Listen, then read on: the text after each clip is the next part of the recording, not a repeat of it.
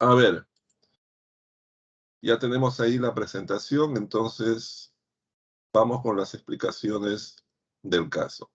Ya saben ustedes, cualquier pregunta a través del chat. Bueno, el título de toda la clase del día de hoy es Desde la Baja Edad Media, en el siglo XIV, hasta la primera revolución industrial, en la primera mitad del siglo XVIII. Bueno, desde la segunda mitad del siglo XVIII hasta la primera mitad del siglo XIX.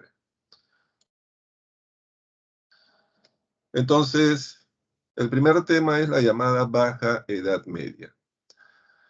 Bueno, la Baja Edad Media es el nombre que se le da a este periodo que se desarrolla entre el siglo XIV y el siglo XV, es decir, entre los años 1300 y los años 1400, periodo en el cual las características de la Edad Media en Europa comienzan de alguna manera a desaparecer poco a poco. Esto significa que, por ejemplo, la vida en torno a lo que había sido las actividades en el campo, los valores propios de la sociedad feudal, como por ejemplo el acto de homenaje, o también, por ejemplo, el hecho de que el comercio, que durante mucho tiempo estuvo prácticamente circunscrito a solamente algunas pequeñas áreas de Europa, todas esas características propias de la alta Edad Media, de alguna manera comienzan a cambiar, comienzan a revertirse. Y fundamentalmente lo que va a aparecer es una nueva dinámica económica, ¿no? Una dinámica económica que nuevamente va a tener en las ciudades y en la actividad comercial el eje de su desarrollo. Es decir, en Europa las ciudades vuelven a florecer, especialmente las ciudades que están ubicadas en las costas, tanto en las costas de lo que sería el mar Mediterráneo, como también en las costas del llamado Mar del Norte. Y todo esto va a avivar una serie de rutas comerciales que en realidad existían desde mucho antes, pero que eran marginales con relación al centro de la vida económica durante la Edad Media.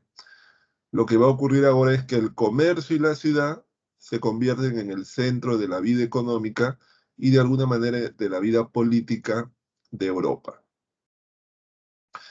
Entonces, esa es un poco la manera como debemos entender la llamada Baja Edad Media, que también es de alguna manera una época de crisis. Es una época en la cual van a ocurrir algunos acontecimientos que van a tener un gran impacto, sobre todo demográfico en Europa.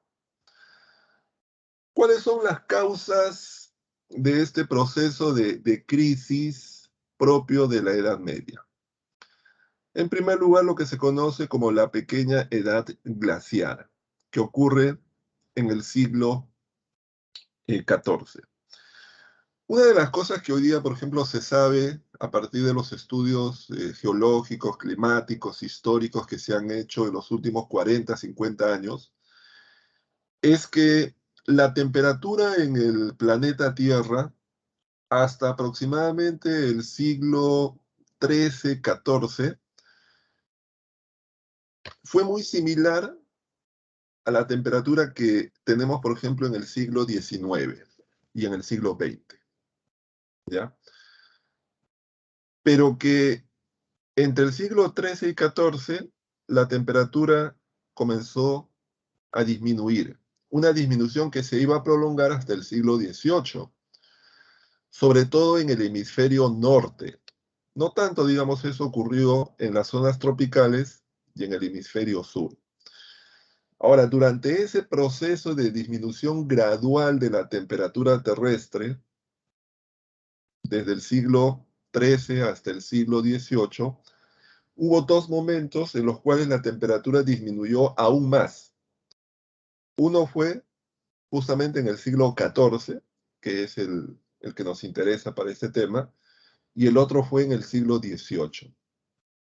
Es por eso que también muchos estudios en la actualidad consideran que un factor que iba a incidir en eventos como, por ejemplo, la Gran Peste o como, por ejemplo, la Revolución Francesa, están asociados de alguna manera a ese cambio climático, a esa disminución de la temperatura de la Tierra, mucho más sentida, repito, en el hemisferio norte que en el hemisferio sur. Entonces, se considera que una de las causas de la crisis de la baja Edad Media es justamente la disminución de la temperatura que ocurrió en el siglo XIV. Y esa disminución de la temperatura lo que generó a su vez fue una disminución en la producción agrícola. Porque, digamos, cultivos que estaban adaptados sobre todo para climas templados, como por ejemplo la cebada y el trigo, comenzaron a disminuir en cuanto a sus volúmenes que podían ser cosechados a lo largo de aquellos años del siglo XIV. Y esto obviamente generó una escasez de estos productos que a su vez generó que los precios se elevaran, que solamente estuvieran al alcance de las clases más adineradas de aquella época y que los sectores populares pasaran durante muchos años por lo que hoy día llamaríamos procesos de inanición, que generó que tal vez hasta 2 generaciones de europeos en el siglo XIV de alguna manera estuvieran subalimentados. O para decirlo de manera mucho más sencilla, en el siglo XIV la población europea, sobre todo de los sectores populares, estaba desnutrida. Y es probablemente que en ese contexto una enfermedad llegó desde el continente asiático. Una enfermedad que hasta el día de hoy se desconoce exactamente qué cosa era. Se sabe que probablemente era algún tipo de virus que llegó probablemente en un agente. Los agentes, como ustedes saben, para la transmisión de virus son animales. Y en este caso probablemente llegó en la anatomía de las ratas.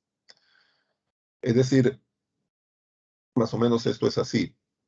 A mediados del siglo XIV ya existía un intenso comercio de mercancías que llegaban desde el lejano oriente hasta Europa, a través de una ruta que recorría todo China, el norte de la India, el cercano oriente, las costas asiáticas del Mediterráneo, y luego por mar se atravesaba el Mediterráneo hasta las ciudades de Italia, como Venecia, Génova, Pisa, y desde allí penetraba por los caminos a prácticamente toda Europa.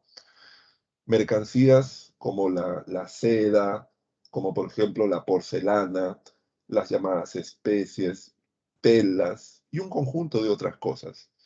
Estas viajaban en barcos, en caravanas, y como ocurre incluso hasta el día de hoy, en este tipo de transporte, las mercancías obviamente eran conducidas por hombres, pero también eran acompañados por roedores. Especialmente en los barcos, las ratas convivían con los hombres en aquel momento.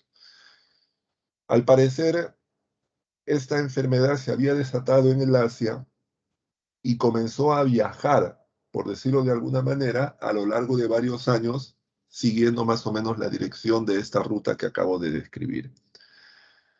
Este virus llegaba en el cuerpo, es decir, en el organismo de las ratas que estaban infectadas, y luego, al parecer, al llegar a Europa, muchas de estas ratas obviamente también desembarcaban en los puertos. Las ratas obviamente tratan de vivir cerca donde existen conglomerados humanos. Y ya digamos en las ciudades, el virus de las ratas pasaba a los seres humanos principalmente a través de las pulgas. Es decir, la pulga inoculaba la sangre contaminada de la rata que había pasado la pulga y de la pulga obviamente a los seres humanos transmitiendo de esa forma la enfermedad. Una enfermedad que probablemente no hubiese sido epidémica si es que en esos momentos justamente la población europea hubiese estado mejor nutrida, o tal vez los hábitos de higiene y aseo hubiesen sido, por ejemplo, los que en la actualidad tenemos. Las costumbres, como ustedes saben, también cambian a lo largo del tiempo. Y en aquella época muchos hábitos vinculados al aseo, a las formas de dormir, a las formas de comer, eran muy diferentes y favorecieron la expansión de la enfermedad. Si bien no conocemos la enfermedad, sí conocemos sus manifestaciones. Sus manifestaciones eran un proceso de enfermedad de más o menos 15 días, en los cuales el enfermo experimentaba altas fiebres, vómitos y sobre todo la aparición de unos bulbos en diversas partes del cuerpo, especialmente en el cuello, que podían llegar a tener hasta el tamaño de una naranja, pero que estaban formados por una sustancia oscura, verdosa, que en determinados momentos, digamos, rompía la piel y, digamos, se dispersaba sobre el cuerpo del enfermo. Obviamente todo esto era un proceso doloroso y era un proceso visualmente aterrador, ¿no?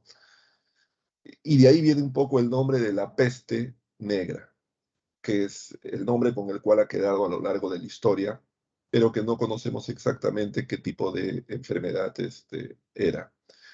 Se cree que mató aproximadamente un tercio de la población de Europa, que en aquellos momentos pues se calcula que podía haber sido entre 60 a 90 millones de personas. Entonces estamos hablando de la muerte de aproximadamente 20 millones de europeos, para tomar en este caso la cifra más baja. Vean entonces el impacto que tuvo esto en términos demográficos en Europa. Otra consecuencia fue que también, digamos, generó una nueva crisis en el campo. Esto generó también revueltas campesinas, sobre todo motivadas por la falta de alimentos, lo que se conoce como las revueltas del hambre, una nueva elevación de los precios, pero ya no solamente ahora de los productos agrícolas, sino también de otro tipo de mercancías, así como también un aumento en los costos de la mano de obra, del trabajo. Entonces, esa es la manera como debemos entender nosotros la llamada crisis de la Edad Media, la crisis de la Baja Edad Media o de la etapa final de la Edad Media. Vamos ahora al tema del humanismo. Entre la finalización de la Edad Media y los inicios de la Edad Moderna, Europa iba a experimentar dos grandes procesos de carácter ideológico y cultural, que están además íntimamente ligados. Uno de ellos es el humanismo y el otro es el renacimiento. El humanismo es un movimiento que se da a fines de la Edad Media. Es un movimiento fundamentalmente de carácter intelectual. Significa esto que los principales humanistas fueron filósofos, escritores, poetas, traductores, copistas. Es decir, el movimiento humanista fue fundamentalmente un movimiento vinculado a las letras y que tuvo su centro en Italia. En Italia, por ejemplo, contamos con una importante ciudad que fue Florencia, que fue el centro del trabajo de los humanistas. También obviamente hubo humanistas en otras partes de Europa. ¿Cuáles fueron las causas del surgimiento del humanismo? Bueno, por un lado, la prosperidad, el desarrollo autónomo políticamente hablando de las ciudades italianas. Si desde fines de la Edad Media hubo un lugar en Europa que por un lado experimentó los efectos de la crisis como la peste negra, pero que a su vez logró económicamente engrandecerse y desarrollarse, esas fueron las ciudades italianas. ¿Por qué razón? Porque las ciudades italianas eran la parte final del gran comercio que provenía de el Asia. Así que a través de los puertos italianos, como Florencia, Génova, Pisa, Venecia, ingresaban las mercancías que provenían del lejano oriente y todo esto generaba inmensas ganancias. Esta situación de prosperidad económica de alguna manera también generó las condiciones para que fueran en estas ciudades donde gradualmente se comenzaron a cultivar las artes, las ciencias, fundamentalmente con el apoyo, con la ayuda de los gobernantes, de los hombres ricos de las ciudades. Entonces, no es casualidad que justamente sea Italia el centro del humanismo. Pero el humanismo hubiese sido tal vez un movimiento intelectual restringido a las ciudades italianas, restringido a sectores ilustrados, restringido a aquellas personas que de alguna manera tenían el patrimonio y el tiempo para cultivarse, para educarse, para disfrutar de la música, de la lectura, del arte, pero todo esto iba a cambiar con una tecnología que apareció en el siglo XV, entre el siglo XV y el siglo XIV en Europa. Estamos hablando de la imprenta. La imprenta es un invento de los chinos. La imprenta llegó a Europa a inicios del siglo XV, cuando ya el humanismo, digamos, estaba desarrollándose. La imprenta fue adaptada en Europa. Gutenberg realizó una serie de modificaciones a la imprenta china, fundamentalmente construyó las planchas matrices ya no de madera como los chinos, sino de metal, y en segundo lugar, las letras, que en los chinos, digamos, eran fijas, en el caso de la imprenta de Gutenberg, eran móviles. Y así, Gutenberg inventó la imprenta moderna, la imprenta europea. Y la imprenta, de alguna manera, cambió revolucionariamente la propagación y la difusión del conocimiento, porque por primera vez en la historia, la producción de los libros se hizo masiva y barata.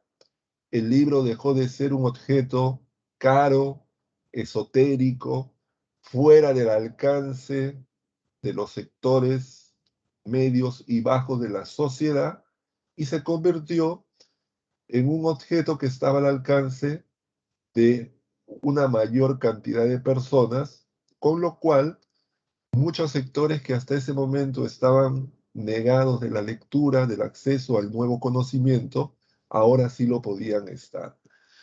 Y esa fue la vía a través de la cual justamente las ideas del conocimiento llegarían a un público mucho más amplio y tendrían el gran impacto que hasta el día de hoy nosotros conocemos y le atribuimos.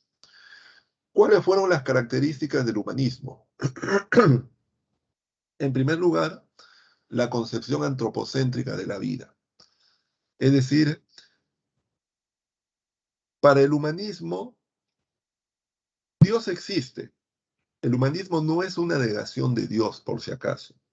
Los humanistas no eran ateos, no eran agnósticos. Los humanistas eran creyentes, cristianos, y algunos incluso fervorosos cristianos. Lo que va a cambiar es que el humanismo asume la idea, asume la noción de que si bien el hombre es una creación de Dios, el hombre tiene la libertad de actuar para equivocarse y para acertar, y además tiene la capacidad de conocer los misterios de la naturaleza. Es decir, que el hombre puede ser libre y puede conocer. Por lo tanto, la vida tiene que girar en torno al hombre y esas dos capacidades, la capacidad de elegir y la capacidad de conocer. Eso es lo que se conoce como la concepción antropocéntrica. Es decir, el hombre pasa a estar en el centro, pero en el centro desde el punto de vista de cómo conozco el mundo y cómo elijo en el mundo. Pero no es que uno desconoce la existencia de Dios. Esa es la manera como debemos entender la concepción antropocéntrica planteada por el humanismo. En segundo lugar, tenemos el llamado individualismo. Es decir, para el humanismo se valora fundamentalmente al individuo. El individuo con sus virtudes, el individuo con sus capacidades sobre el grupo. Incluso para la religión que va a surgir en ese contexto, que es por ejemplo la religión protestante, la religión calvinista, el individuo es responsable ante Dios, él como persona, no es el colectivo, que es la forma como se entendía todo esto en la Edad Media.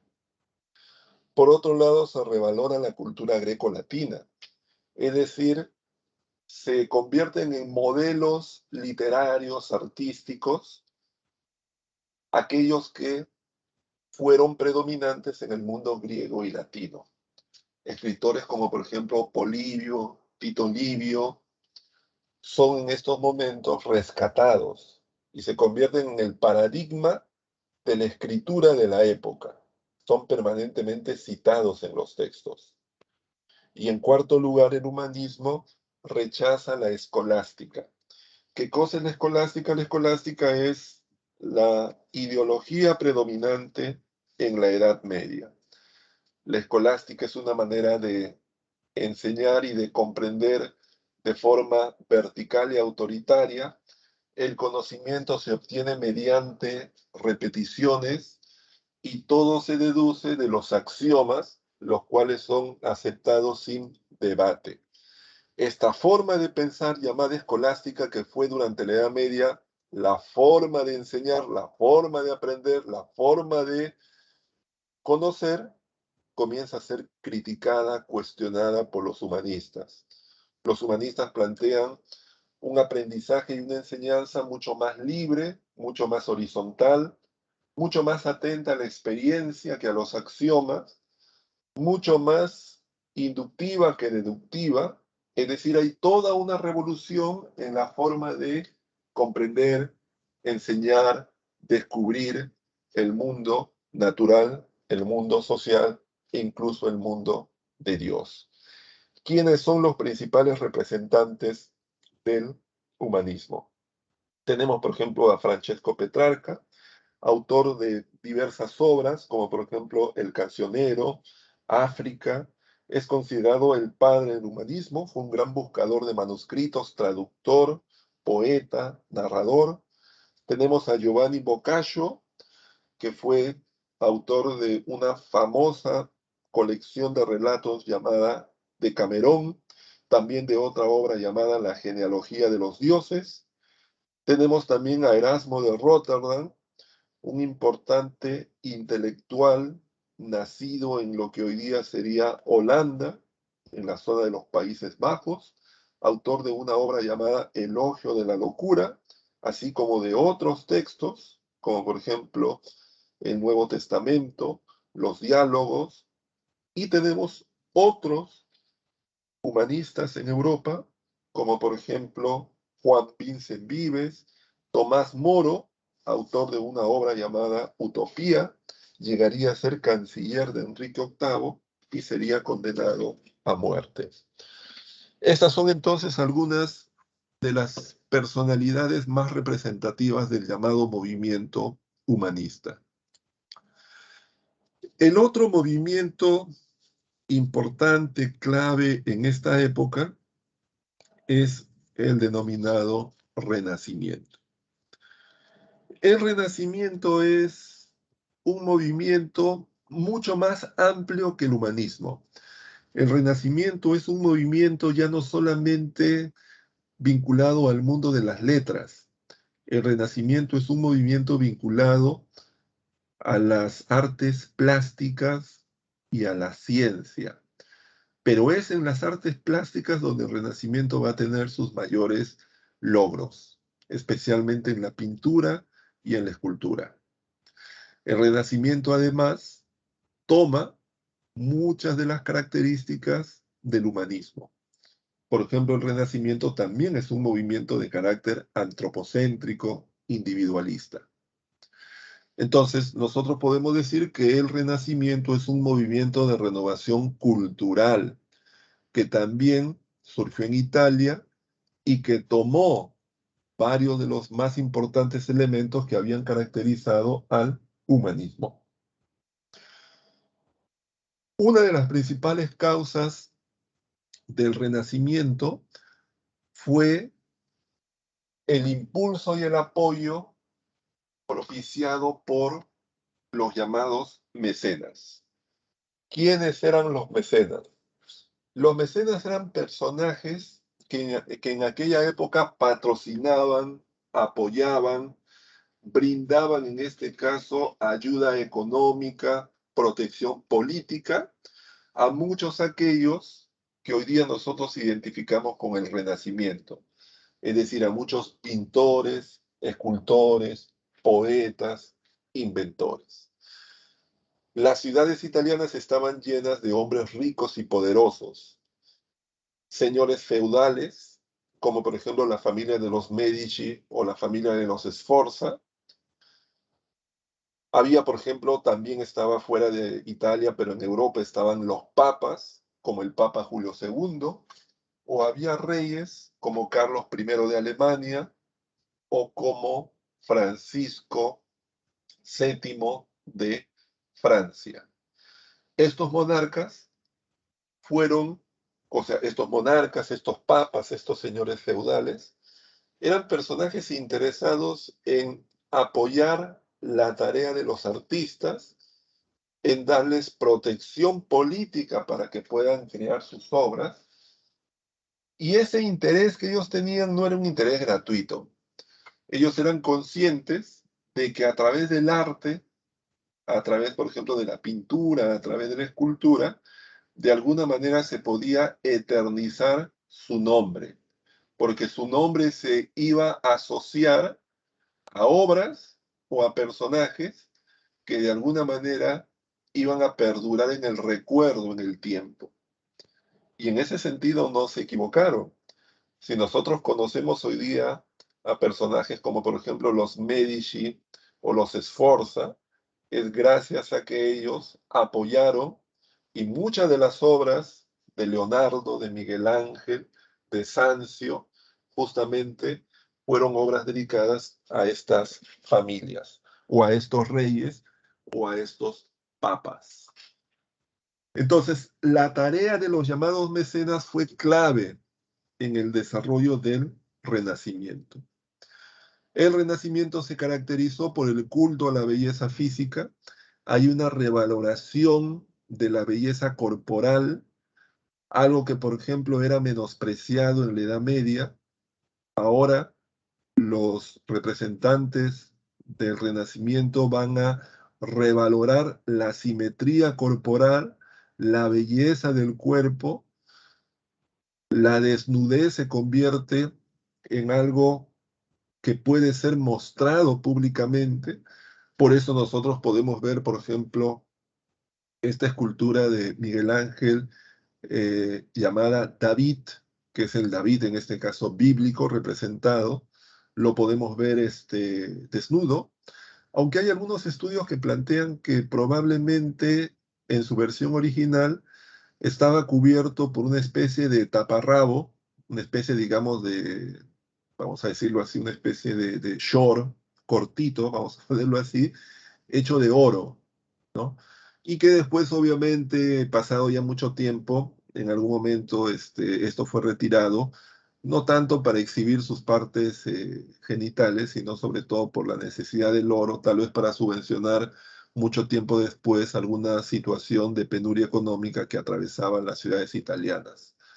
Pero la desnudez es algo que aparece permanentemente en la pintura. En algunos casos no solamente la desnudez, sino que se muestra en algunas partes del cuerpo, que por ejemplo no hubiese sido posible durante la Edad Media. Aquí tenemos, por ejemplo, algunas obras representativas de la Edad Media. Tenemos, por ejemplo, dos obras clásicas de Miguel Ángel, tres en realidad, ¿no? Tenemos, por ejemplo, el David, tenemos Moisés, tenemos la Piedad. La Piedad representa a la Virgen María que tiene en su regazo a Jesús luego que ha sido bajado de la cruz. Pero lo que nosotros podemos observar en estas figuras son fundamentalmente la naturalidad, es decir, se representan a las personas tal como son, ¿no? Sin ningún tipo de elemento, digamos, de carácter fantástico, ficcional, pero luego también observamos una simetría y belleza en la forma corporal, ¿no? Vemos a Moisés pues como un hombre con músculos desarrollados, ¿no? Vemos a María, digamos, a pesar que no se ven detalles, la vemos como una mujer, digamos, también proporcionada y de rostro agraciado. Lo mismo se puede observar, por ejemplo, en la representación hecha por Leonardo da Vinci, conocida como la Gioconda, que en este caso es una pintura, y así, ¿no? Pero también otras características aparte del culto a la belleza física es, por ejemplo, la noción de perspectiva y naturalismo, que son técnicas justamente asociadas a una representación fidedigna de lo que se quiere representar. Y por otro lado, los motivos del arte, tanto en la pintura como en la escultura, son por un lado religiosos y por otro lado también hechos humanos, ¿no? Por ejemplo, hechos humanos como la Escuela de Atenas de Sancio, que es una representación de los sabios de la antigüedad, o religiosos como vemos justamente en personajes del cristianismo, ¿no? Porque son personajes bíblicos, como por ejemplo Moisés, la Virgen, David, etcétera. Entonces, hay esa combinación de elementos propios del Renacimiento.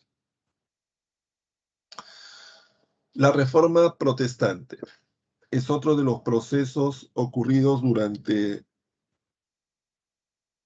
la parte ya inicial de la época moderna. ¿Qué es la Reforma Protestante? La Reforma Protestante es la ruptura o el cisma de la unidad de la Iglesia Católica ocurrida en el siglo XVI en Europa y que tuvo sus inicios en Alemania con las acciones realizadas por Martín Lutero. La Reforma Protestante generó la división de la Iglesia Católica y la aparición de las llamadas iglesias protestantes en prácticamente todos los países del continente, tal vez a excepción de España. ¿Cuáles fueron las causas de la Reforma Protestante?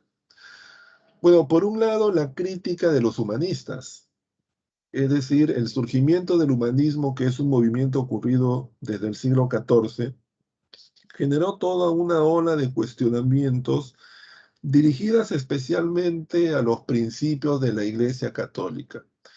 Es decir, en la medida en que la Biblia comenzó a estar ahora a disposición de muchas más personas, estas sagradas escrituras comenzaron a ser sometidas a críticas muchas veces que demostraban lo irreal o lo falso de alguna de sus enseñanzas, críticas y demostraciones que comenzaron a formar a nuevos religiosos que, sin perder en este caso la idea de creer en Dios, sin embargo comenzaban a cuestionar algunos de los principios instituidos por la Iglesia Católica.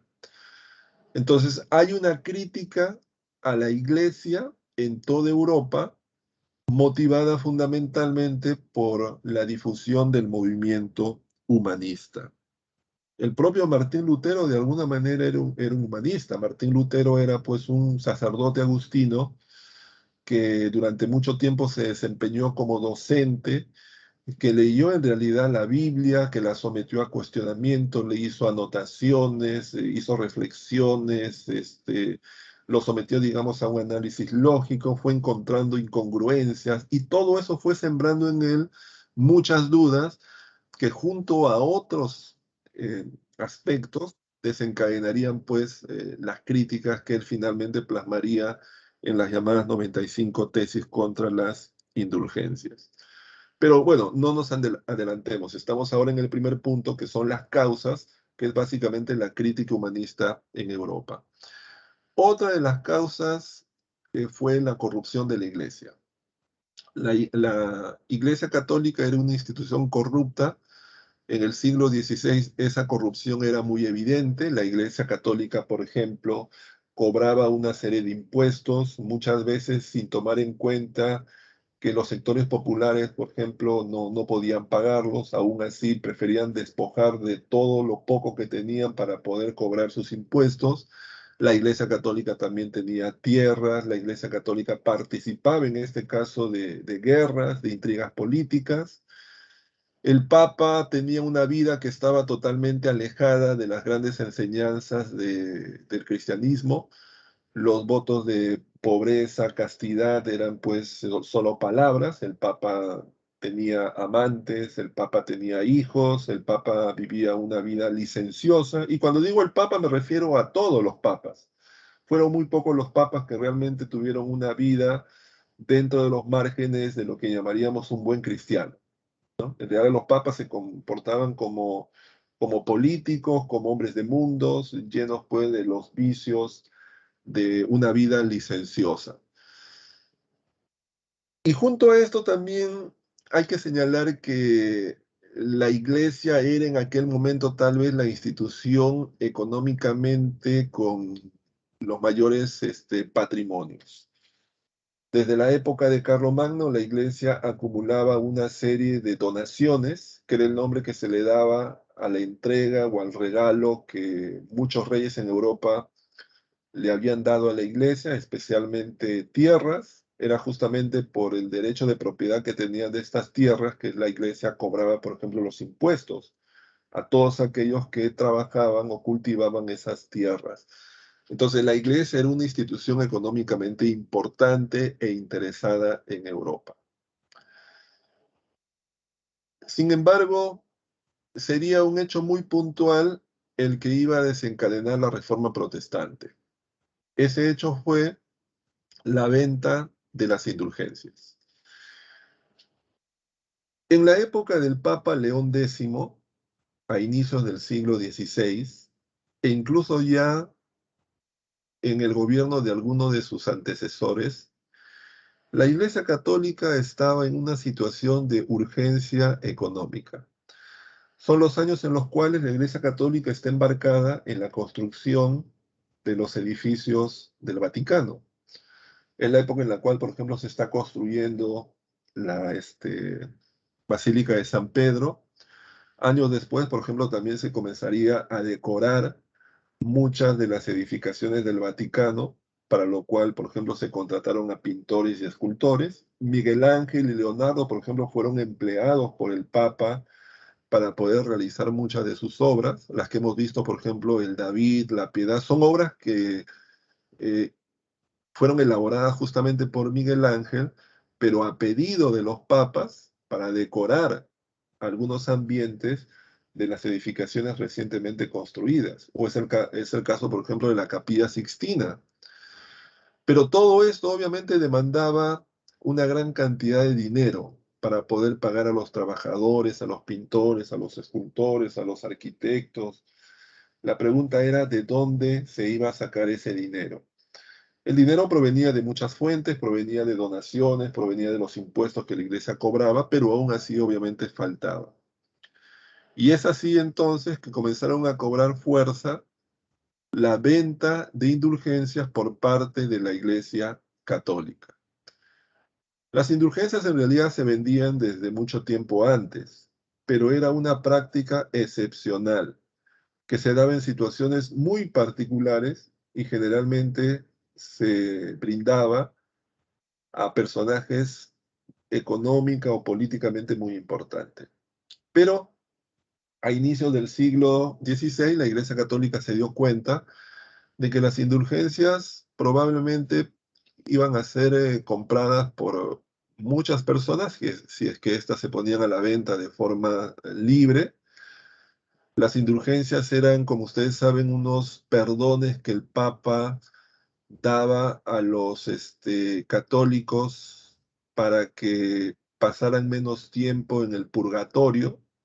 El purgatorio era un lugar en el cual, según la teoría eclesiástica en esos momentos, las personas pasaban un tiempo antes de su destino final, que podía ser el cielo o el infierno.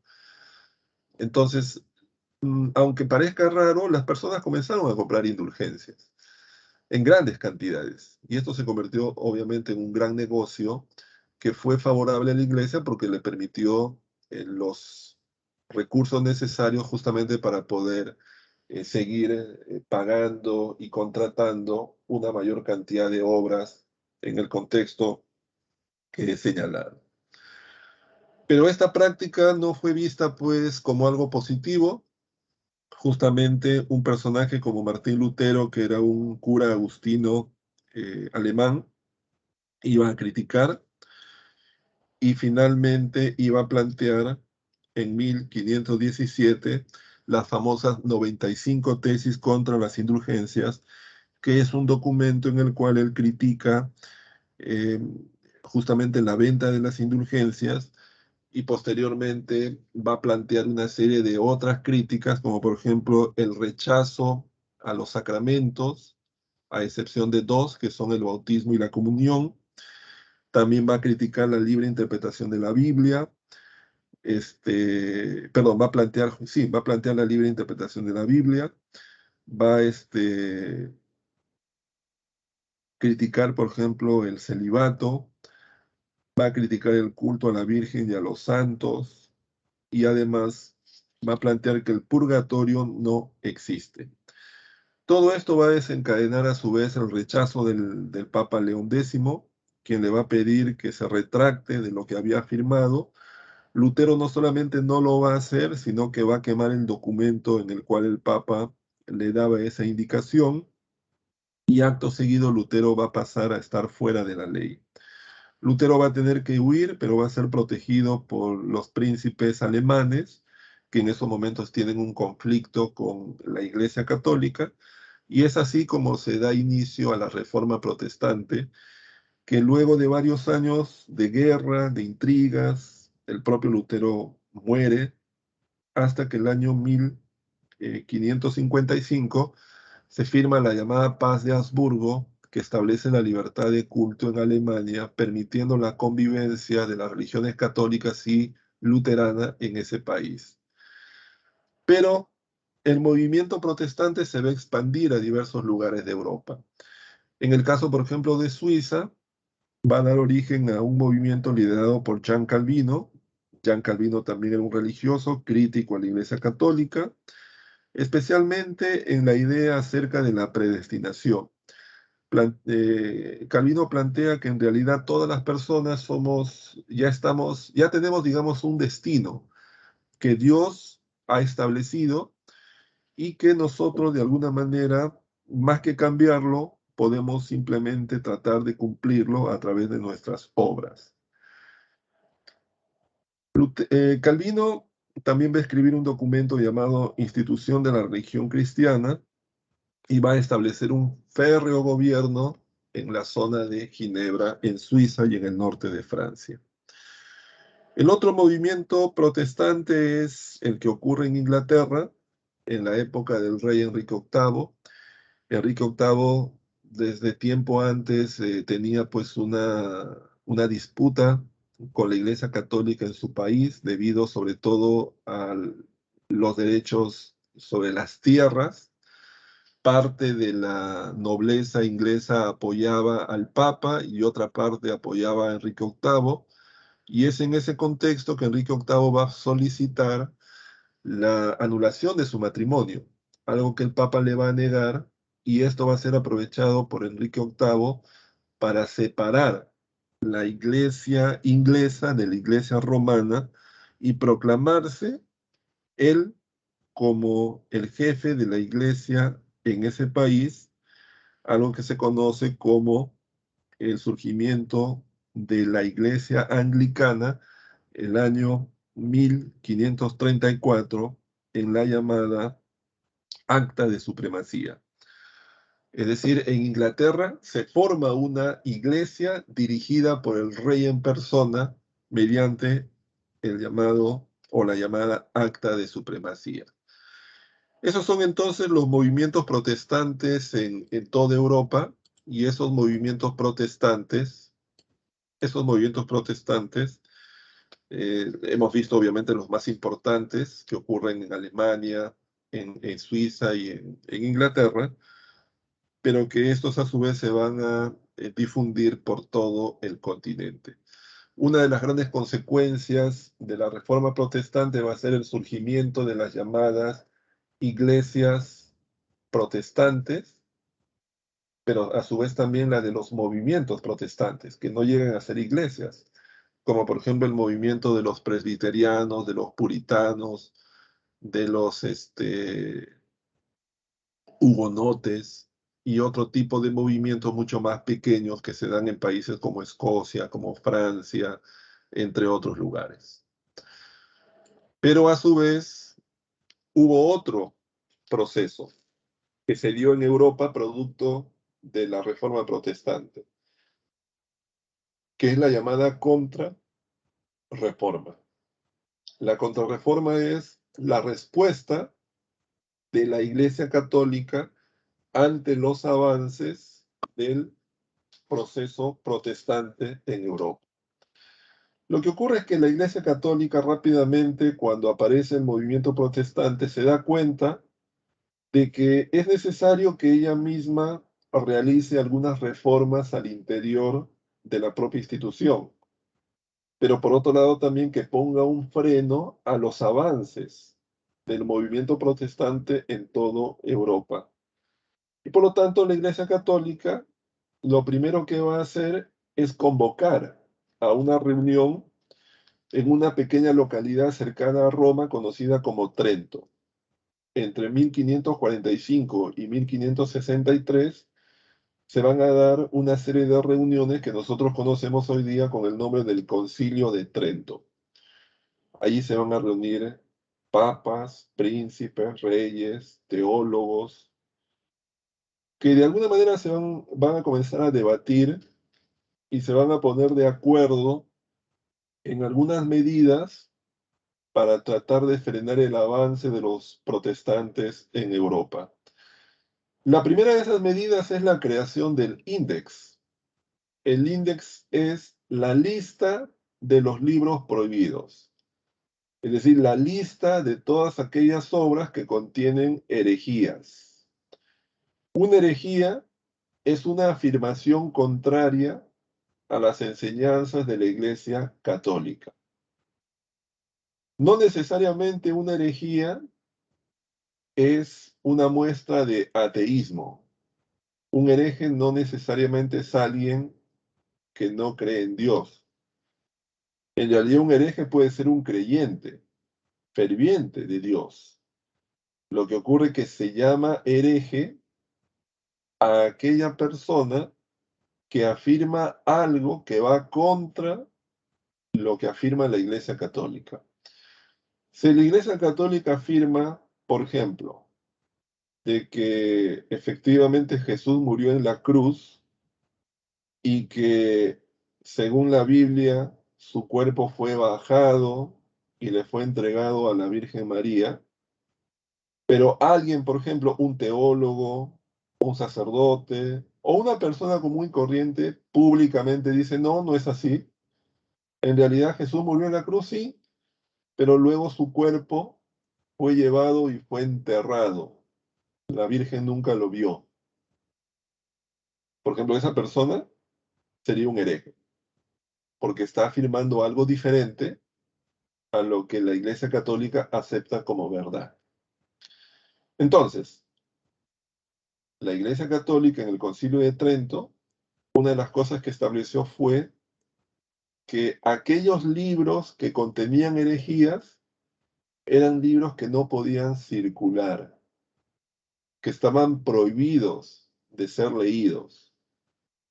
Y se elaboró una lista de todas aquellas obras, entre las cuales, por ejemplo, estaba La Revolución de las Esferas Celestes, que era el libro escrito siglos antes por Nicolás Copérnico, donde se afirmaba que la Tierra giraba en torno al Sol, que era lo contrario a lo que la Iglesia planteaba, que era que más bien la Tierra era el centro y el Sol, los planetas y la Luna giraban en torno a la Tierra. Por eso que estaba en la lista del Índex este libro de Copérnico. Entonces, ese fue uno de los acuerdos del Concilio de Trento. El otro acuerdo del Concilio de Trento fue que solamente se iban a aceptar 7 sacramentos, es decir, no se aceptaban los 2 que planteaba la Iglesia protestante, sino que eran 7. Y en tercer lugar también se estableció el Tribunal del Santo Oficio, que era una institución encargada de perseguir y juzgar a las personas acusadas de herejía. Se desataría entonces en Europa una gran persecución contra todos aquellos que cuestionaban a la Iglesia Católica. Y otra cosa que ocurrió durante la Contrarreforma que fue muy importante fue el surgimiento de nuevas órdenes religiosas. La Iglesia Católica tomó conciencia de que los tiempos que ellos estaban viviendo en aquel momento eran nuevos y se necesitaban instituciones mucho más activas para defenderse de los protestantes. Que las órdenes religiosas que en esos momentos existían, que eran fundamentalmente órdenes mendicantes, es decir, eran órdenes dedicadas a tareas como por ejemplo el cuidado de los enfermos, digamos, el recojo de los niños abandonados, la ayuda a los pobres, a los mendigos. Esas órdenes se conocían como las órdenes de los mendicantes, como por ejemplo los franciscanos. Y también habían otras órdenes que eran las llamadas órdenes de clausura o conventuales. Es decir, eran aquellas órdenes que vivían recluidos en sus conventos, apartados totalmente de la vida normal. Eran, por ejemplo, los dominicos, quienes vivían en sus claustros.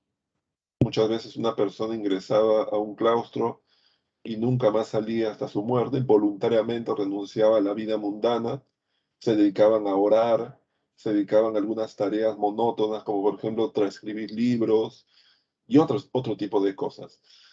La Iglesia Católica se dio cuenta de que sus órdenes no les servían para la situación que ellos estaban enfrentando en ese momento. Y es así que comenzaron a surgir nuevas órdenes, mucho más activas. Y la orden que tuvo más éxito en ese momento fue la orden de los jesuitas, fundada por Ignacio de Loyola, un noble español en el siglo XVI. Los jesuitas eran una orden que estaba formada por personas instruidas y dispuestas a acatar cualquier orden proveniente directamente del Papa. El Papa fundamentalmente le dio tareas de evangelización, es decir, que los jesuitas fueran a lugares apartados del mundo para encontrar nuevos fieles. Así que los jesuitas partieron a América, al África, al Asia. Muchas veces aprendían las lenguas nativas para poder evangelizar a esas poblaciones en sus propios idiomas. Los jesuitas fueron muy importantes en ese momento porque de alguna manera se convirtieron en una de las instituciones de mayor apoyo a la curia eclesiástica católica del siglo XVI. Entonces, ese es el tema de la reforma y la llamada contrarreforma en Europa. Vamos a pasar ahora a otro tema que es la expansión europea de los siglos XV y XVII. A ver, mientras todas estas cosas están pasando, Europa también experimentó uno de los procesos más importantes de la historia, que es lo que se conoce como la expansión europea, o también conocida como la época de los grandes viajes de descubrimiento. Esto significa que entre el siglo XV y XVII, Europa iba a entrar en contacto con prácticamente todos los lugares del planeta. Hay que recordar que hasta ese momento Europa, de alguna manera, conocía y estaba circunscrita al área que bordeaba el mar Mediterráneo. Es decir, para los europeos el mundo era Europa, el norte del África y el Asia. Si bien no habían llegado al Lejano Oriente, sí sabían de la existencia del Lejano Oriente, porque desde ese lugar provenían muchas de las mercancías más valiosas que se consumían en Europa, como por ejemplo la porcelana, la seda, la pimienta, el azafrán, etc. Pero ¿qué es lo que iba a ocurrir en el siglo XV? En el siglo XV los europeos iban a comenzar a realizar viajes que los llevarían a descubrir un nuevo continente que es América, llevarían a descubrir toda la extensión del continente africano, los llevarían también a descubrir todas las costas del continente asiático, así como a descubrir otro nuevo continente que fue Australia u Oceanía. Y todo esto ocurrió entre 1440 y 1635. Es decir, durante casi 200 años, los europeos prácticamente descubrieron todo el mundo. ¿Cuáles fueron las causas que llevaron a los europeos a este proceso? En primer lugar, la toma de Constantinopla ocurrida en el año 1453. Constantinopla, ubicada en lo que actualmente es Turquía, fue durante casi 1000 años el centro de la ruta que unía el comercio desde el Lejano Oriente hacia Europa. Esta ciudad va a ser conquistada por los turcos otomanos el año 1453, con lo cual el comercio hacia el Mediterráneo desde el Asia queda bloqueado, lo cual obviamente va a llevar a que los europeos busquen rutas alternas.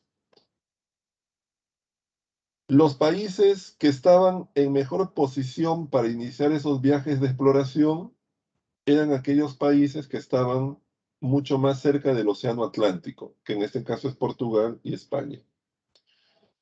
Incluso en Portugal, desde tiempo antes, hubo un desarrollo muy importante en las técnicas y los conocimientos de navegación. Esto se dio especialmente en Lisboa, en la llamada Escuela de Sagres, que era una institución patrocinada por Enrique el Navegante, en la cual se acumularon conocimientos cartográficos y de navegación por parte, pues, de infinidad de capitanes, de científicos, de astrónomos. Es decir, lo mejor en el conocimiento de la navegación y la cartografía estaba en Portugal. Tal vez es la razón por la cual justamente los portugueses fueron los primeros que comenzaron la competencia por encontrar nuevas rutas. Los portugueses comenzaron a explorar las costas orientales del continente africano. Luego también le siguieron en esta competencia los españoles, que también trataron de explorar las costas del África, pero como sabemos, en determinado momento los españoles se dieron cuenta de que ya los portugueses le habían sacado demasiada ventaja, así que trataron de buscar otra ruta, y esa ruta sería atravesar el Océano Atlántico para llegar por el lado opuesto al Asia. Hay que tener en cuenta que en esa época la gente instruida sabía que la Tierra era una esfera. En realidad esta idea de que en esa época la gente pensaba que la Tierra era plana era una idea de la gente ignorante, del pueblo. pero los navegantes, los astrónomos, los científicos de la época prácticamente sabían de que la Tierra era una esfera. Así que el viaje de Colón en ese sentido no era tan descabellado como muchas veces se nos ha presentado.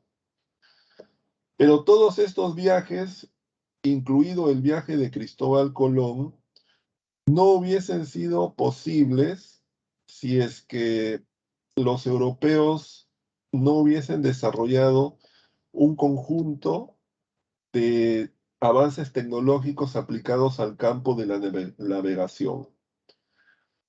En las décadas previas a los viajes de los portugueses y los españoles, en Europa se desarrollaron y se asimilaron un conjunto de tecnologías, como por ejemplo la brújula, el sextante, el astrolabio, la bastilla, todos los cuales son prácticamente el GPS de la época. Son instrumentos de ubicación. También, por ejemplo, en aquella época se desarrolló un nuevo tipo de embarcación capaz de viajar a través del océano. Estamos hablando de la carabela, que fue, digamos, algo así como el transbordador espacial para la época, un prodigio, digamos, en la navegación marítima. Entonces, gracias a estos y otros inventos, es que los europeos también pudieron poner en práctica justamente sus intereses de viajar. Los españoles, como ustedes saben, desarrollaron sus viajes de exploración especialmente luego de que los reyes católicos lograron expulsar totalmente a los árabes el año 1492.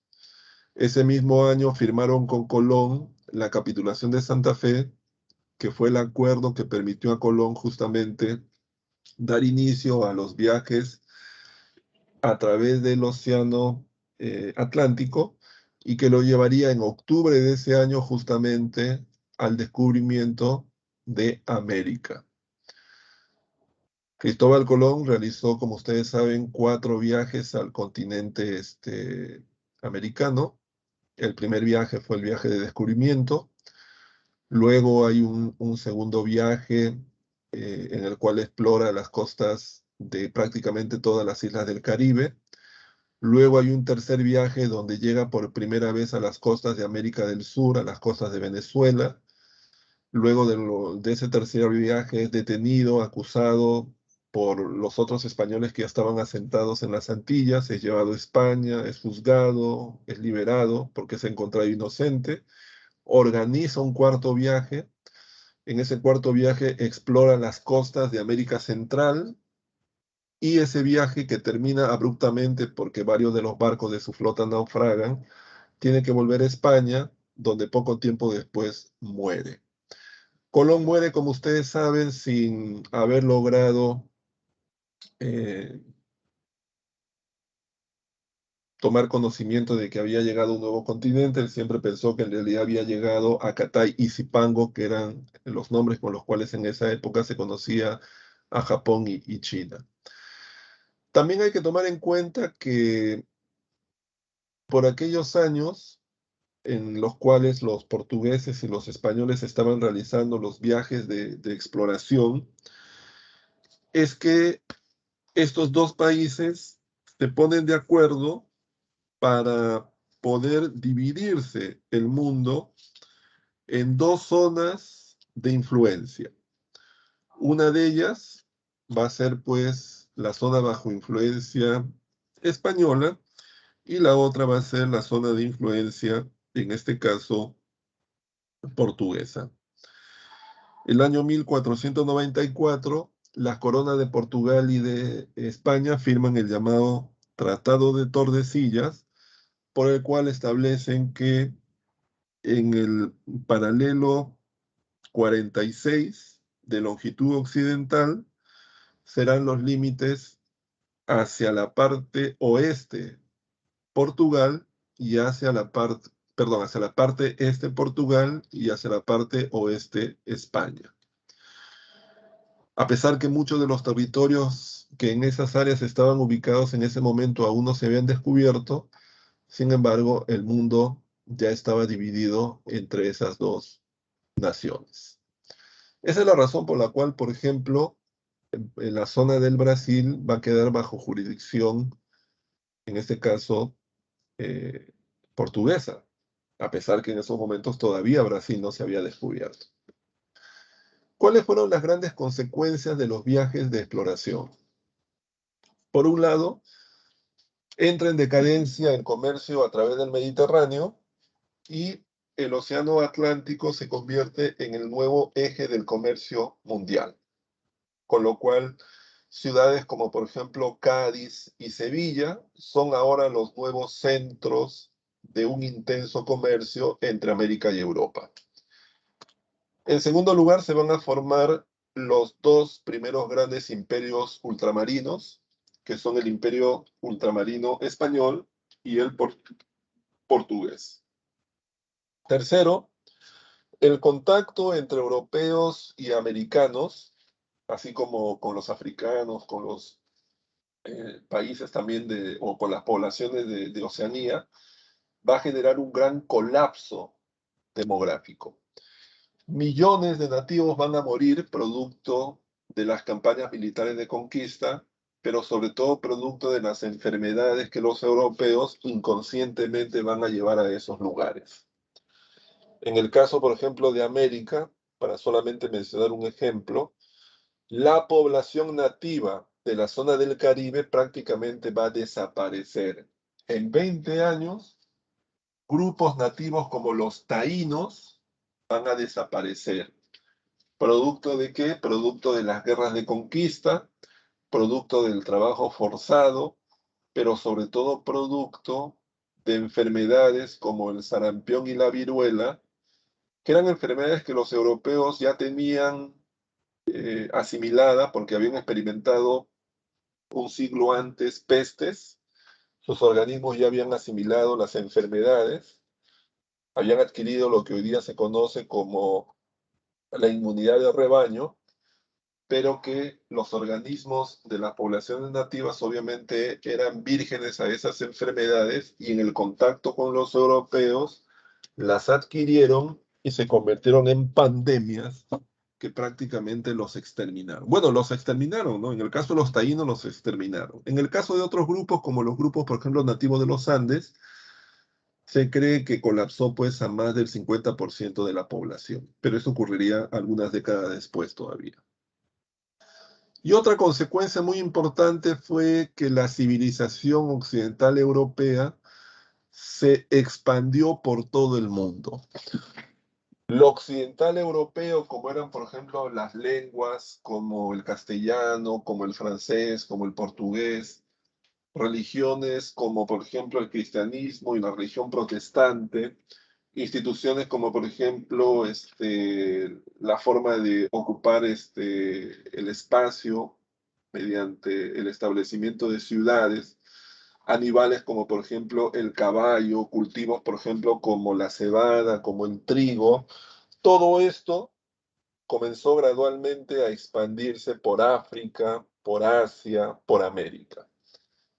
Nosotros en realidad en América somos producto en buena medida de justamente todo esto que provino de Europa desde el siglo XIV y XV fundamentalmente. ¿Ya? A eso se denomina la expansión de la civilización europea occidental. El absolutismo. El absolutismo. Entre los siglos XVI y XVIII, en Europa se desarrolló un sistema político conocido como el absolutismo. El absolutismo es la concentración del poder en manos de una sola persona, que además se identifica totalmente con el Estado.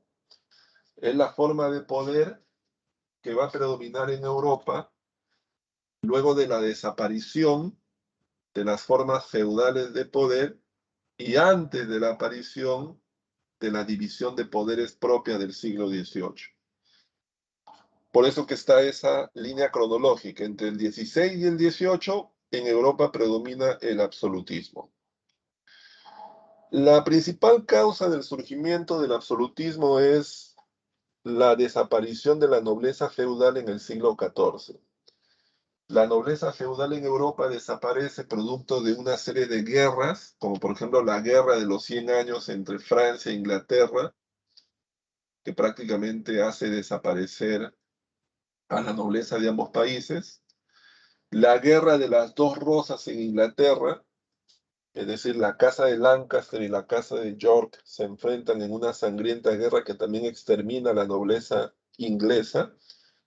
Y así hay una serie de conflictos en Europa en el siglo XIV, XV, que prácticamente hacen desaparecer a la nobleza y favorecen la concentración de poder en manos de los monarcas.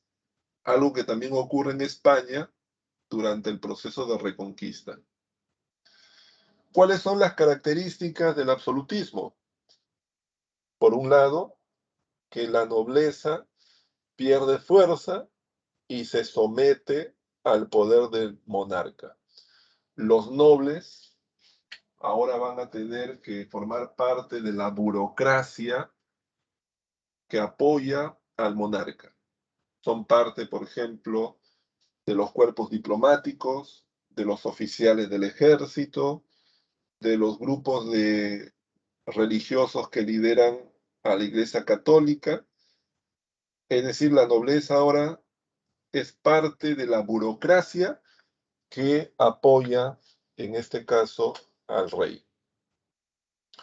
En segundo lugar, el centralismo. Significa esto que el rey concentra todo el poder. El rey genera leyes, el rey decide sobre asuntos de gobierno y el rey administra justicia.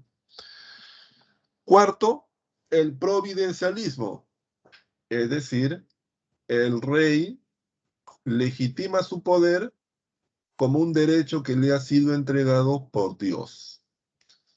En la teoría política de la época se afirma de que el mundo de los hombres por naturaleza es un mundo de caos, que es una situación en la cual los hombres no pueden vivir. Por lo tanto, en su inmensa sabiduría, Dios ha dispuesto que un hombre asuma todo el poder para justamente garantizar el orden en la sociedad y de esa manera garantizar su supervivencia. Esto es lo que se denomina el providencialismo, es decir, el derecho de gobernar de los reyes ha sido dispuesto por la providencia, por Dios. Y luego viene la noción del regalismo. ¿Qué es el regalismo? El regalismo es el derecho que tiene el monarca de nombrar a todas las autoridades en sus territorios. Algunos ejemplos de monarquías absolutas en Europa los tenemos, por ejemplo, en la monarquía española. En el siglo XV, por ejemplo, la monarquía establecida por Carlos V de Alemania, que va a ser llamado Carlos I en España. Durante su gobierno, por ejemplo, se da la conquista tanto del Perú como de México. También tenemos el gobierno de Felipe II en el siglo XVI, quien va a lograr detener el avance de los turcos sobre Europa en la batalla de Lepanto. En Francia, en el siglo XVII, un importante rey va a ser Luis XIV, va a concentrar todo el poder en sus manos, va a tener una política económica de carácter mercantilista que va a convertir a Francia en el país económicamente más importante de Europa, va a iniciar la construcción del Palacio de Versalles. Francia se va a convertir en el principal actor político en el continente entre fines del siglo XVII e inicios del siglo XVIII, como obra de este monarca conocido como el Rey Sol. quien tenía una frase que era el Estado soy yo, para de alguna manera representar todo su poder. Luego tenemos el tema de la ilustración. La ilustración, ¿qué cosa es? La ilustración es un movimiento de carácter ideológico que fundamentalmente plantea la crítica al llamado antiguo régimen. ¿Qué es el antiguo régimen? El antiguo régimen es la forma política y social predominante durante la Edad Media, caracterizada por la desigualdad ante la ley, caracterizada por la concentración del poder y caracterizada también por el régimen feudal. A ese tipo de sociedad, que es el antiguo régimen, la ilustración la critica, la cuestiona. La ilustración surgió en Inglaterra en el siglo XVIII, especialmente en la época en la cual personajes, por ejemplo, como Jean Locke, plantearon algunas de sus más importantes ideas de corte liberal, pero sería en Francia, sobre todo a mediados del siglo XVIII, donde podemos ubicar a los más importantes pensadores de corte ilustrado, como por ejemplo Rousseau, Voltaire y Montesquieu. Características de la ilustración: el liberalismo, es decir, la idea de que lo más importante en la sociedad es la persona y sus derechos, como el derecho a la vida, el derecho a la propiedad, el derecho a la libre expresión. La teoría del buen salvaje, entendida como la teoría de que el hombre nace puro, el hombre nace bueno, y que es la sociedad a través de sus costumbres e instituciones quien lo moldea, para bien o para mal. La primacía de la razón sobre la fe, es decir, la idea de que el hombre tiene que poner en primer lugar su análisis, el tratar de encontrar la causa objetiva de los problemas para encontrar las soluciones.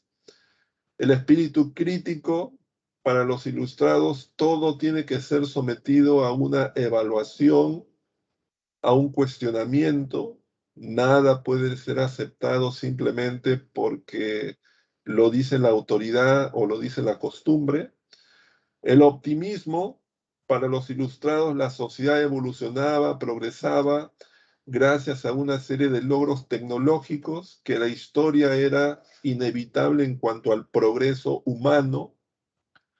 Algunos representantes claves de la Ilustración francesa fueron, por ejemplo, Jean-Marie Arouet, más conocido como Voltaire, autor, por ejemplo, de las Cartas Inglesas, de una obra llamada El siglo de Luis XIV, fue un importante crítico a la Iglesia Católica.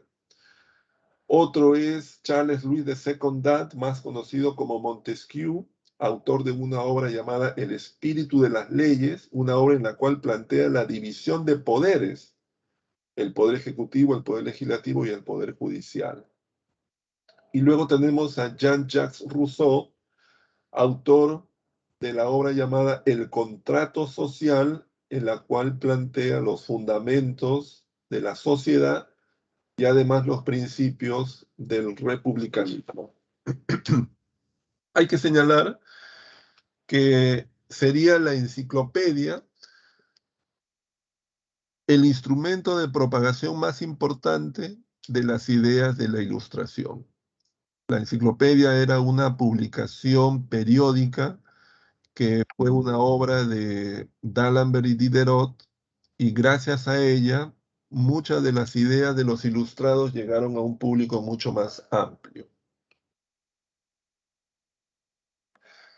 Vamos a ver ahora el tema de la independencia de las 13 colonias de América del Norte. América del Norte comenzó a ser poblada por los europeos aproximadamente a partir del año 1635. Los primeros europeos que llegaron a América del Norte lo hicieron fundamentalmente porque estaban huyendo de las guerras de religión en Europa, Así que el viaje a América del Norte era una oportunidad para rehacer su vida y para practicar sus credos religiosos de forma libre. Así que los primeros europeos que llegaron a América del Norte fueron cristianos, luteranos, anglicanos, provenientes de diversos países de Europa, pero principalmente de Holanda, Inglaterra y en menor medida Francia. Sin embargo, estos territorios que con el tiempo fueron ocupando en las costas orientales de América del Norte estarían bajo la protección política de Inglaterra, razón por la cual se convirtieron en colonias inglesas. Con el paso del tiempo, y ya para el siglo XVIII, estas colonias se habían convertido en las más importantes posesiones coloniales que los ingleses tenían en el mundo. Eran colonias extremadamente ricas, productoras de trigo, madera, cebada y sobre todo tabaco y té. ¿Cuáles serían las causas de la independencia de las 13 colonias? Una de las causas más importantes fue la llamada Guerra de los 7 años. Esa guerra, que fue ganada por Inglaterra, sin embargo, generó una crisis económica que llevó a la corona a cobrar más impuestos en las colonias de América del Norte. Cuando los colonos se enteraron de que la corona quería que pagaran más impuestos, los colonos pusieron una condición: que fueran incorporados como miembros en el Parlamento, algo a lo cual la corona se negó. Ante esa situación, ya estamos, digamos, en los preludios justamente de la independencia. La otra causa fue la influencia de las ideas liberales. Estas ideas de la Ilustración relacionadas a la división de poderes, a las críticas al poder absolutista, a la idea del contrato social, a la idea de la libertad, al derecho de propiedad, fueron ideas que tuvieron un gran impacto, sobre todo entre los colonos, quienes no tenían la experiencia de haber sido gobernados pues directamente por un rey. Eran en realidad gobernados por los representantes del rey en las propias colonias. El pretexto para el inicio del proceso de independencia fue el llamado Motín del Té, que fue en este caso cuando un grupo de colonos disfrazados de indios pieles rojas sabotearon un cargamento de té en el puerto de Boston. Se iniciaron entonces las acciones propias ya de la independencia. El año 1774 los colonos se reunieron en Filadelfia y establecieron pues una decisión que fue la ruptura de vínculos comerciales con Inglaterra. Es decir, el comercio de las colonias se iba a dirigir hacia otros países y ya no hacia Inglaterra. Un año después, en el segundo Congreso de Filadelfia, los representantes de los colonos le declararon la guerra a Inglaterra, declararon su independencia y nombraron a George Washington comandante en jefe del ejército rebelde. De esa manera empezó la guerra, que se prolongó durante varios años, hasta que finalmente el año 1781, en la batalla de Yorktown, los colonos derrotaron a los ingleses con el apoyo de los franceses. 2 años después, bajo el auspicio de Francia, se firmó el Tratado de Versalles, en el cual Inglaterra reconoció la independencia de las 13 colonias. La Revolución Francesa, señores. La Revolución Francesa. Bueno, la Revolución Francesa es tal vez el acontecimiento político más importante de la historia. Es el acontecimiento político que de alguna manera ha marcado tanto la historia universal que muchos eventos posteriores todavía los vinculamos a la Revolución Francesa. La Revolución Francesa puede ser definida como el cambio radical que se dio en Francia a fines del siglo XVIII, que motivó la caída y la desaparición de la monarquía, de la sociedad del antiguo régimen, y dio origen a una nueva sociedad basada en muchos de los principios planteados por la Ilustración. ¿Cuáles fueron las causas de la Revolución Francesa? En primer lugar, la crisis del absolutismo. Es decir, que en 1789 la monarquía estaba en crisis, por un lado, por la incapacidad del monarca de gobernar. Luis XVI era una persona que no tenía las cualidades de un gobernante, era un hombre que le prestaba más atención a otros temas, especialmente de su vida familiar, que no tenía una gran popularidad entre la población, que se había casado con una extranjera que era María Antonieta, que era de origen austriaco, en un momento en el cual Austria era el enemigo de Francia, y otras razones que generaban que la monarquía en esos momentos estuviese pues en una situación de crisis. En segundo lugar, el Estado francés experimentaba una profunda crisis económica. Esa crisis económica era producto de diversas guerras que los franceses habían llevado a cabo en las últimas décadas. Por ejemplo, el apoyo que le habían prestado a los colonos norteamericanos para independizarse de Inglaterra había generado grandes costos. El mantenimiento de la corte de Versalles, cerca de 20.000 nobles vivían en Versalles con recursos proporcionados por el Estado francés. Todo eso generaba pues una crisis económica fiscal. Una tercera causa fue la desigualdad de los diversos grupos sociales. Francia tenía 23 millones de habitantes divididos en tres grupos: la nobleza, el clero y el llamado tercer estado. Pero la nobleza y el clero estaban exentas del pago de los impuestos. Todos los impuestos los tenía que pagar el tercer estado. Por otro lado, la nobleza y el clero concentraban el 95% de toda la riqueza del país, mientras que el tercer estado solamente el 5%. Esa desigualdad, que era excesiva, sería uno de los factores también de la revolución. Y el otro factor fue la crisis del trigo. Los 3 años anteriores a 1789 fueron años en los cuales se dieron temperaturas muy bajas que ocasionaron la pérdida de las cosechas, que generó una escasez de trigo, y eso generó hambruna, especialmente en 1789. Prácticamente el pueblo francés se moría de hambre. Y la otra razón es el impacto que tuvo o tuvieron en este caso las ideas provenientes de la Ilustración.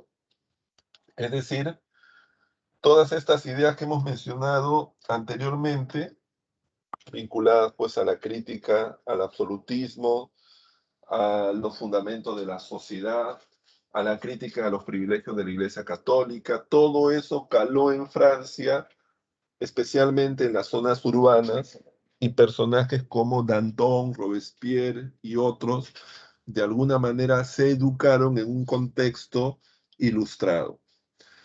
¿Cuáles fueron las etapas de la Revolución Francesa? Bueno, una primera etapa es conocida como la etapa de la monarquía.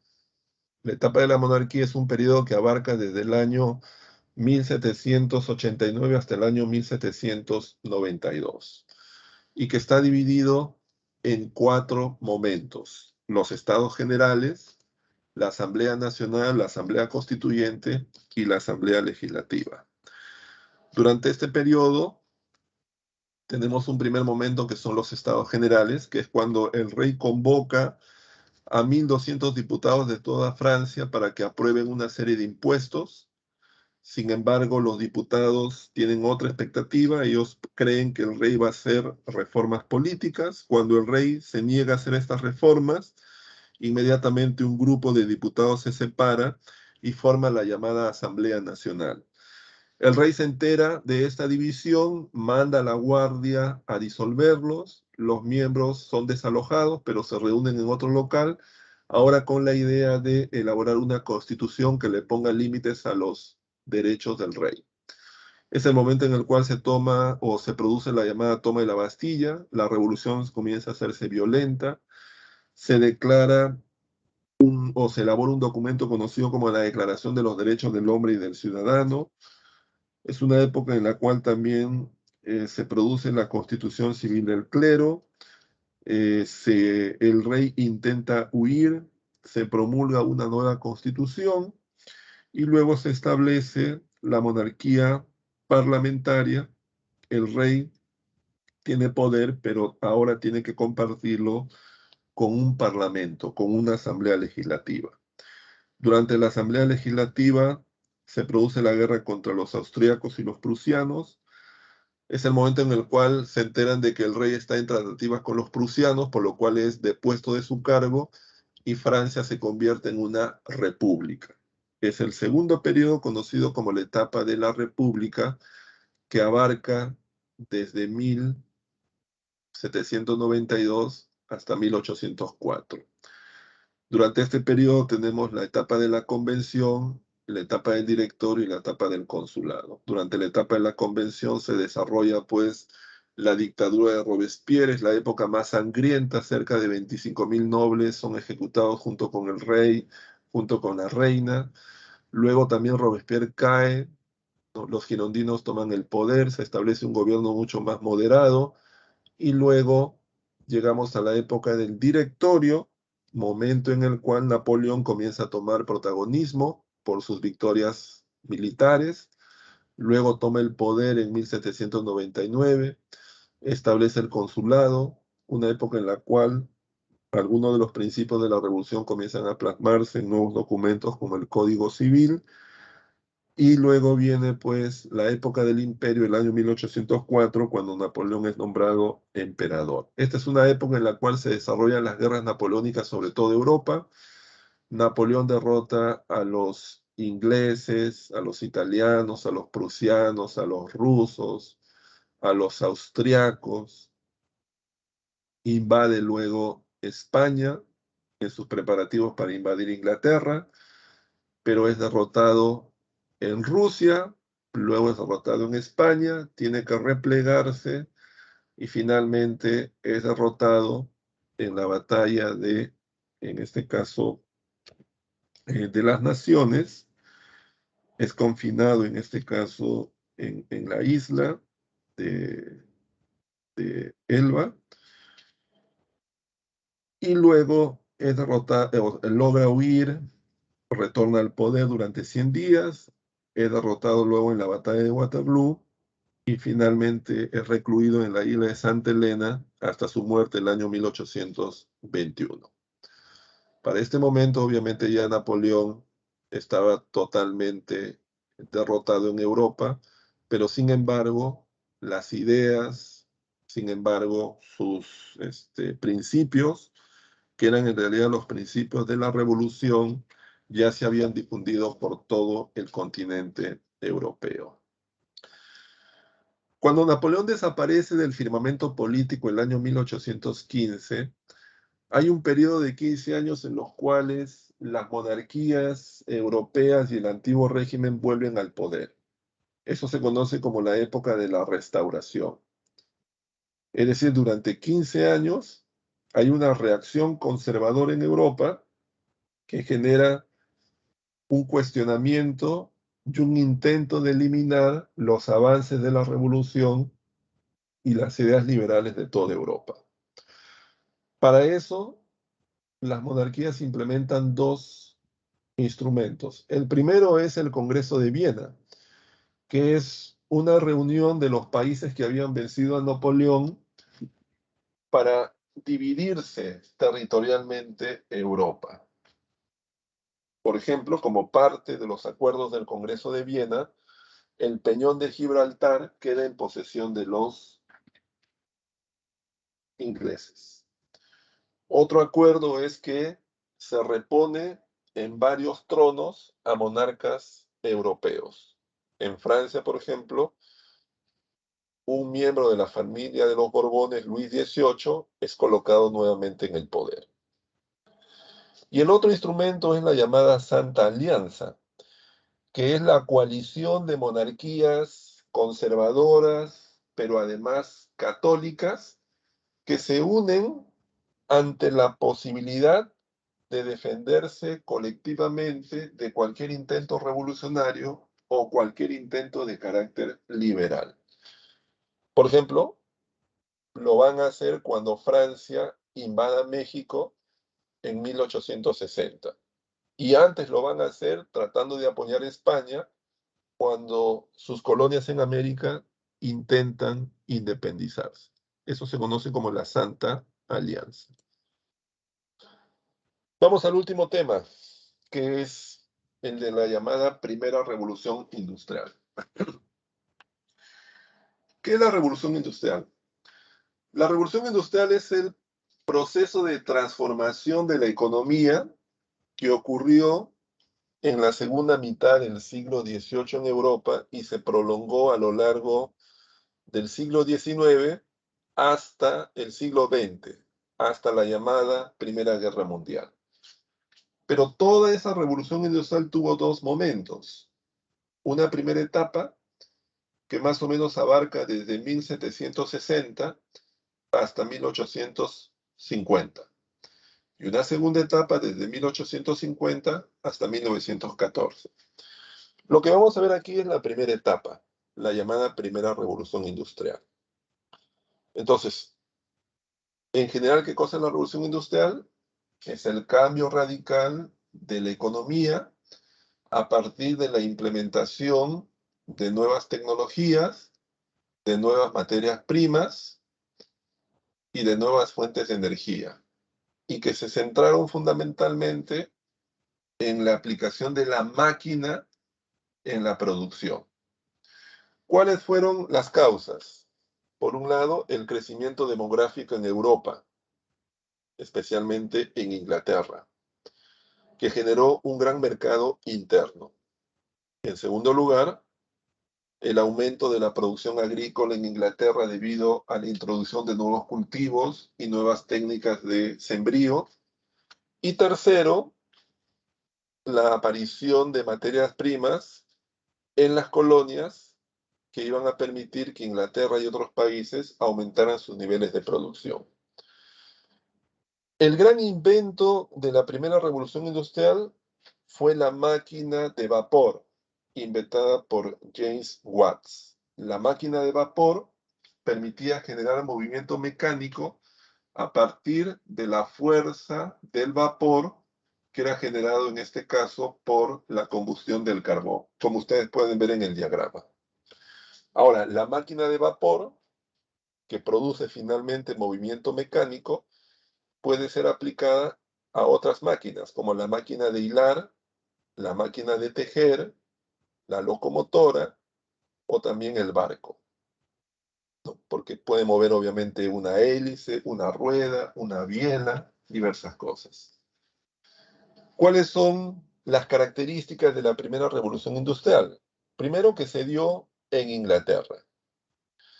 Segundo, que las fuentes de energía fueron básicamente el carbón que generaba vapor. Tercero, que la principal materia prima utilizada fue el hierro para la fabricación de las máquinas y el algodón como materia prima para la fabricación de textiles, que fue la mercancía más importante durante la primera revolución industrial. Y tercero, la industria textil, que fue la más importante, también estuvo complementada por la industria siderúrgica, que era la que fabricaba acero y hierro. ¿Cuáles fueron las más importantes consecuencias de la primera revolución industrial? Produjo una gran migración desde el campo a la ciudad, porque ahora era necesario trabajadores para las fábricas, así que mucha gente del campo viajaba a la ciudad para poder emplearse como obreros. Segundo, las condiciones laborales de alguna manera fueron bastante deplorables, debido a que se pagaban bajos sueldos, las condiciones laborales eran muy peligrosas, por ejemplo, el trabajo en las minas, el trabajo en las siderúrgicas, se trabajaba también con niños, con mujeres, a los cuales se los remuneraba en unas cantidades mucho menores a las de un hombre adulto. Y por otro lado, también comenzaron a surgir formas de organización laboral de los trabajadores para defender sus derechos, como eran, por ejemplo, los sindicatos. Ahora, la revolución industrial también generó cambios en nuestras formas de vida.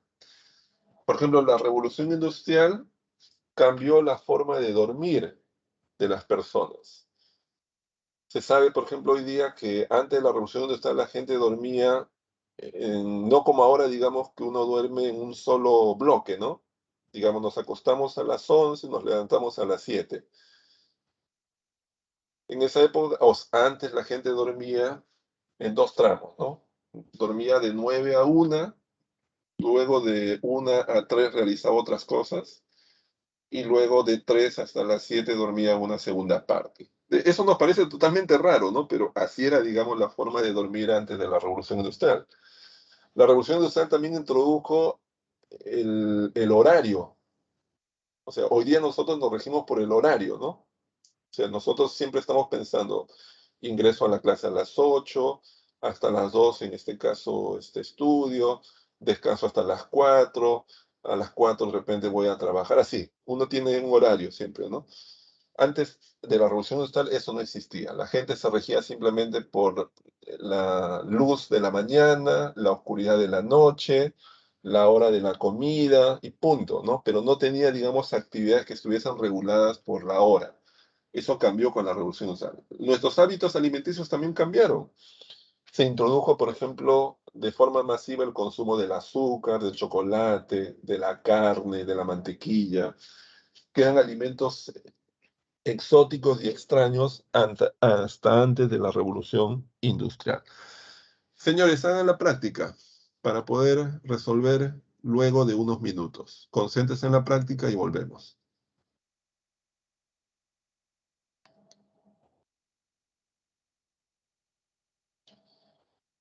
El Congreso de Viena, me están preguntando, el Congreso de Viena era o fue la reunión de aquellos países que habían derrotado a Napoleón en Waterloo en 1815. Se reunieron Inglaterra, Austria, Prusia, Rusia, y acordaron que Francia devolviera todos los territorios que había conquistado y que además Inglaterra se quedara en la posesión del Peñón de Gibraltar.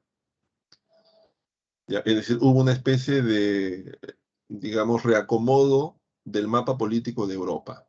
¿Ya? Eso fue el llamado Congreso de Viena, del cual también participó Francia, pero en este caso en calidad de país derrotado.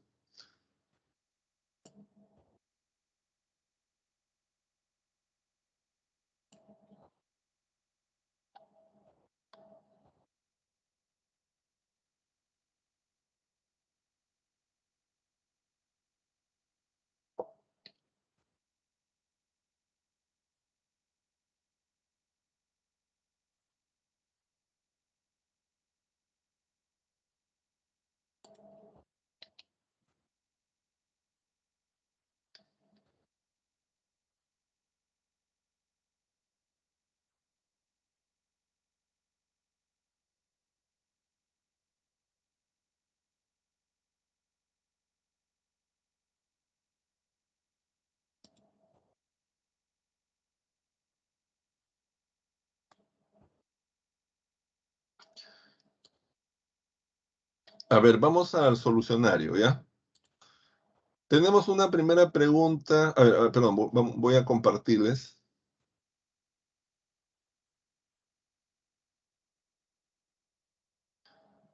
A ver, ustedes ya están viendo ahí la separata.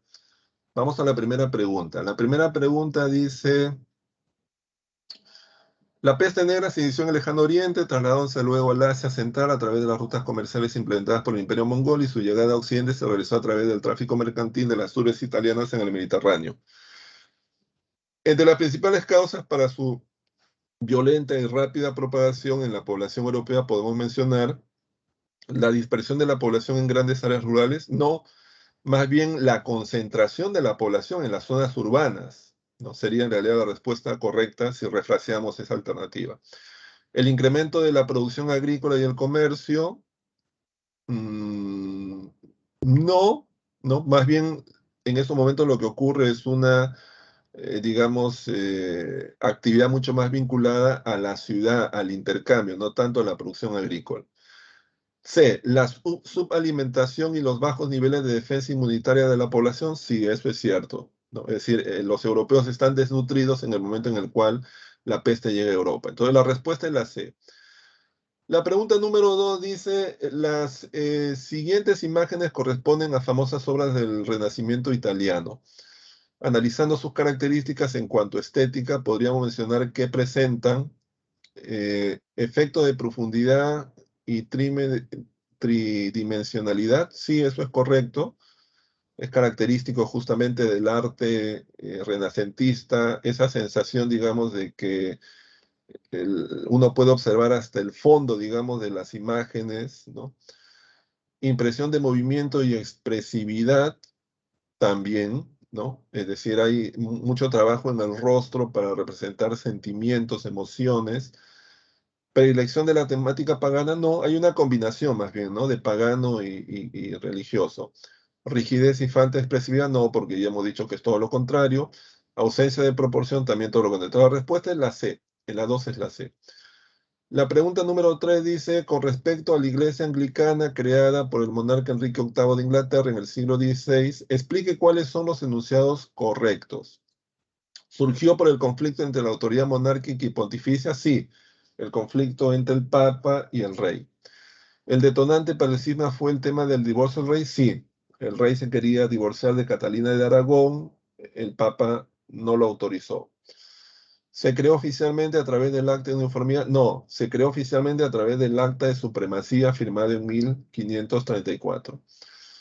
¿En esta confesión el rey encabezaba el clero? Sí, eso sí. Entonces la respuesta es la D de dado. La pregunta número 5 dice, la ilustración giró en torno a la supremacía de la razón y la capacidad humana para comprender todo lo que nos rodea. Entre las propuestas liberales ilustradas destacó la crítica a los privilegios derivados del linaje y exigía la igualdad jurídica ante la ley. Por ende, podemos afirmar que la ilustración en el plano social significó la crítica burguesa a la sociedad de estamentos del antiguo. O sea, la respuesta es la C. Ahí hay un error, ¿eh? No es la D acá. Acá la clave es la C. ¿Ya? Ahí han digitado mal. Entonces, la respuesta en la pregunta 4 es la C. Ya, por si acaso. Voy a poner las claves aquí en el chat. ¿Ya? Y la 5 dice, en la siguiente caricatura, llamada tal cosa, se puede observar a Napoleón entre distintos personajes que apuntan sus armas contra él. Todo ello se refiere al triunfo de las coaliciones europeas contra Francia, ¿no? Es decir, Napoleón en 1815 es un personaje temido en Europa, sobre todo porque los monarcas consideran que sus ideas republicanas, liberales, pueden penetrar sus sistemas políticos que son obviamente conservadores de antiguo régimen. Por eso que los monarcas se oponen a Napoleón, ¿ya? Entonces la respuesta es la... ¿Alguien está preguntando? Bueno, entonces la respuesta ahí en la pregunta número 5 es la A, ¿ya? Listo, señores. Con eso ya está claro el tema de la semana del día de hoy. Nos vemos la próxima semana. Gracias. Hasta luego.